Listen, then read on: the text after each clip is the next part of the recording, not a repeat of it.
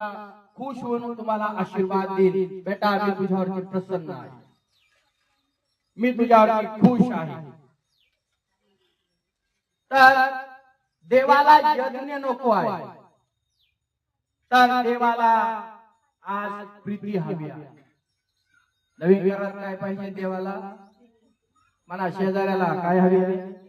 प्रीती विना जीव सुना साजही। बोला, प्रीती विना जीव सुना साजही।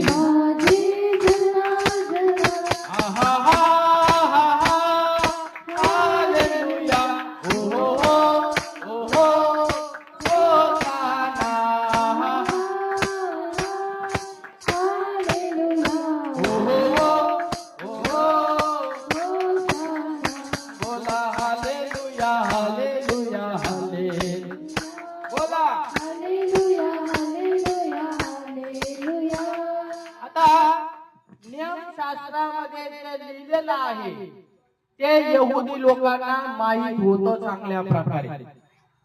हा यहुदी होता, तो आला प्रभूकडे आणि प्रभूला त्यांनी प्रश्न विचारला, पण त्याला प्रभूचं वचन किंवा प्रभूचे नियम जे आहेत तंतोतंत माहित होते का नाही? चला आता या अनुवादाच्या पुस्तकाकडे 6व्या अध्यायामध्ये काय दिले आपण पाहू। याचा पुरावा आज तुम्ही आणि पवित्र शास्त्रामध्ये वाचू। 4 आणि 5 वचन। हे इस्रायला श्रवण कर, आपला देव परमेश्वर हा अनन्य परमेश्वर आहे। तो आपला देव परमेश्वर याच्यावर पूर्ण मनाने, पूर्ण जीवाने, पूर्ण शक्तीने काय कर।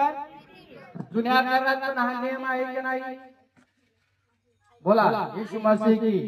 जुन्या करारामध्ये देखील हा नियम लिहिलेला तुम्ही आणि पाहतो।